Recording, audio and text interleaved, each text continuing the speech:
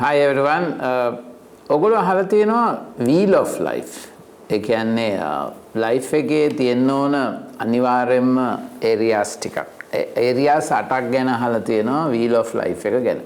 මම අද කතා කරන්න හිතුවේ wheel of life වගේම වැදගත් එකේ තමයි wheel of financial freedom කියන එක ගැන. එතකොට මේක wheel of financial freedom.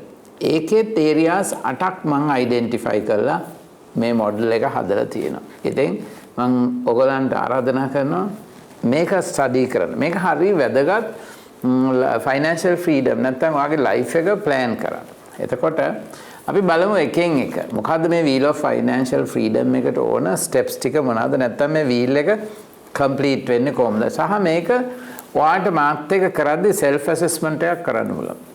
මේ self assessment එක කරාම ඔයාලට ලස්සනට පුළුවන් ඔයාගේ identify කරගන්න මේ මගේ gaps කොහෙද තියෙන්නේ මම කොහොමද long term develop කරගන්න ඕන කියලා. ඉතින් පළවෙනියටම ගන්න area එක තමයි අපි ගමු මොකද්ද? ඉස්සෙල්ලාම ගමු passive income එක. financial freedom එකක් තියෙන කෙනෙක්ට passive income එකක් අවශ්‍යයි. ඒ කියන්නේ මොකක්ද? එයාට comfortably ඉන්න ඕන. එයාට ඕන විදිහට life එක ගෙවනකොට ඒකට අවශ්‍ය passive income එකක් එයාට එන method එකක් තිබිය යුතුමයි. ඊළඟට එයාට තියෙන්න ඕන මොකක්ද? එයාට funds තියෙන්න ඕන retirement එක වෙනුවෙන්. එයා වෙනුවෙන් වෙනම අයින් කරලා තියෙන්න ඕන retirement fund එකක්. දැන් කාට හරි හිතන්න පුළුවන් retirement fund එකයි passive income එකේ වෙනස. Yes. Retirement is how you enjoy your life. You have to have a good retirement fund. So අදට passive income එකක් ඕන anytime anything can happen. ඒ කියන්නේ retirement එකට ඉස්සෙල්ලා anything can happen. ලෙඩක් වෙන්න පුළුවන්. ලෙඩක් කියන්නේ විශේෂයෙන්ම disable වෙන්න පුළුවන් නැත්නම් ජීවිතේ නැති වෙන්න පුළුවන්. එක්තැන් වෙන්න පුළුවන්. අන්නේ වෙලාවට ඔයාව රැක බලා ගන්න passive income එකක් ඕන. උගාක් වෙලාවට අපි passive income එකක් life insurance හරහා තමයි හදන්නේ. ඒ වගේ unexpected දෙයක් වුණොත්. එතකොට ඒකෙම opposite එක තමයි so when you are getting ready to retire or retirement එක ලෑස්ති වෙනකොට ඔයාට තියෙන්න ඕන retirement income එක. ඊළඟට ඔයාගේ life එකේ ඔයාගේ දරුවෝ ඉන්නවා නම් children ඉන්නවා නම් ඒගොල්ලන්ගේ education එක වෙනුවෙන් education fund එකක් ඕන.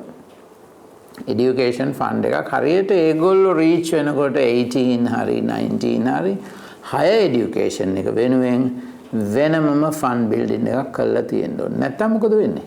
නැත්තම් ඔයාගේ වෙන retirement fund වෙනුවෙන් ඉතුරු කරපු ඒවා use කරන්න වෙනවා education fund එකට නෑ. ඔයාගේ දරුවෝ වෙනුවෙන් වෙනම education fund එකක් ඕන.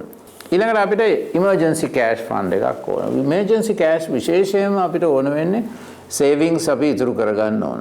ඇයි? දැන් emergency තමයි ගොඩක් වෙලාවට health reason එක. health reason එකේදී emergency issues එන්න පුළුවන්. ඒතකොට අපිට අනිවාර්යයෙන්ම ගන්න වෙනවා emergency එකට insurance එකෙන් claim කරන්න වෙනවා. massive amount එකක් සමහරට ඕන වෙන්න පුළුවන්. මිලියන ගාණක් ඕන වෙන්න පුළුවන්. මිලියන ගාණක් ඕන වුණොත් ඒ වෙලාවේ මේ මිලියන ගාණ ගන්න අපිට system එකක් තියෙන්න ඕනේ. ඒක බොහෝ වෙලාවට හොඳ local or international medical insurance එකක් ඔයාලට තිබිය යුතුමයි. ඊළඟට තියෙන්න ඕන මොකද්ද? You have to have an entertainment fund. Entertainment financial freedom එක ඉන්න කෙනෙක්ට හොඳ entertainment fund එකක් අනිවාර්යයෙන්ම තියෙන්න ඕන. ඔයාට ආස විදියට travel කරන්න, ඔයාට enjoy කරන්න, ඔයාගේ life එක විඳින්න ඔයාට entertainment fund එකක් අවශ්‍ය වෙනවා. ඊළඟට ඔයාට charity වලට සල්ලි ඕන වෙනවා. charity fund එකක් ඕන වෙනවා. නේද? charity fund එකක් අත්‍යවශ්‍ය වෙනවා ඔයාට සතුටෙන් ඉන්න. මොකද වෙන අයට වෙනුවෙන් යමක් කරන්න හිතෙනවා. වෙන අයට වෙනුවෙන් සේවයක් කරන්න හිතෙනවා. අන්න එතෙන්දී ඔයාලට charity fund එකක් ඕන වෙනවා. ඊළඟ තව fund එකක් ඕන වෙනවා ඔයාලට අනිවාර්යයෙන්ම parent care වෙනුවෙන්. parentsලා වෙනුවෙන් අයින් කරන්න වෙනවා. ඒතර ඔන්න areas ඔක්කොමත් එක්ක හොඳ saving එකක් ඕන. saving එක වැදගත් වෙන්නේ inflation එකට ඔයාලට මුදල් ඕන වෙන්න පුළුවන්. ලොකු මුදලක් වෙන්න පුළුවන්. ඉන්ෆ්ලේෂන් එක ආවොත් අර ગેප් කවර් කරන්න සේවිංග්ස් ඕන වෙන්න පුළුවන්.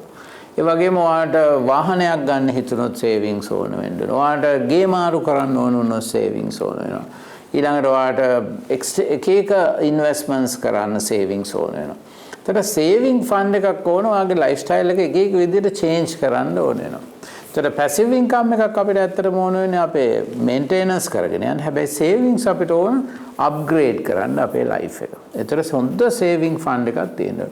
ඉතින් මේ ඒරියාස් 8ම ඔයා හොඳට හොයලා බැලුවොත්, හොඳට කල්පනා කරොත්, හොඳට ඩෙවලොප් කරොත්, හොඳට මැනේජ් කරොත්, you can have a superb life.